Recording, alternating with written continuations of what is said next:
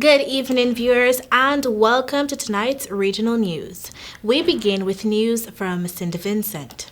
The police in St. Vincent has taken into custody a man who climbed the erupting La Soufriere volcano on Sunday and recorded himself and another hiker.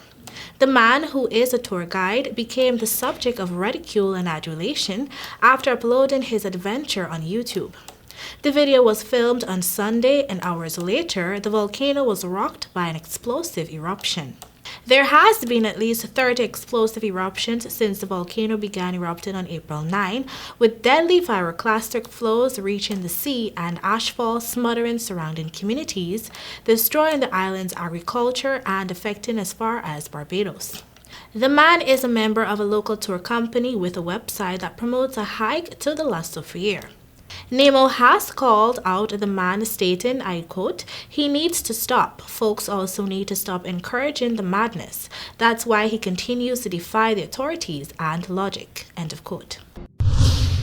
And now for some more news. The United Nations launched an appeal on Tuesday for $29.2 million to help some 15,000 people displaced when the La Soufriere volcano on the eastern Caribbean island of St. Vincent erupted earlier this month. The volcano erupted on April 9 after decades of inactivity, spewing dark clouds of ash some 10 kilometers into the air and prompting the evacuation of thousands of people. The volcano has continued to rumble and vent ash.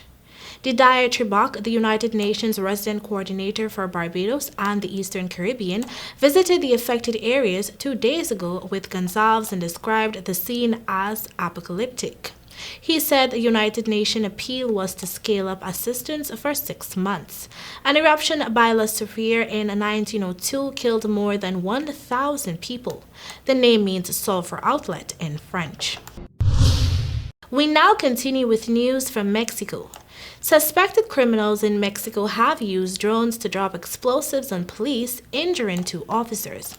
Officials think the powerful Jalisco New Generation cartel, CJNG, is behind Tuesday's attack in the western state of Michoacan. In August, 2 rigged drones were found in the car of suspected CJNG members. The drones are thought to be the latest weapons in a deadly war between the drug cartels and the security forces and vigilantes opposed to them.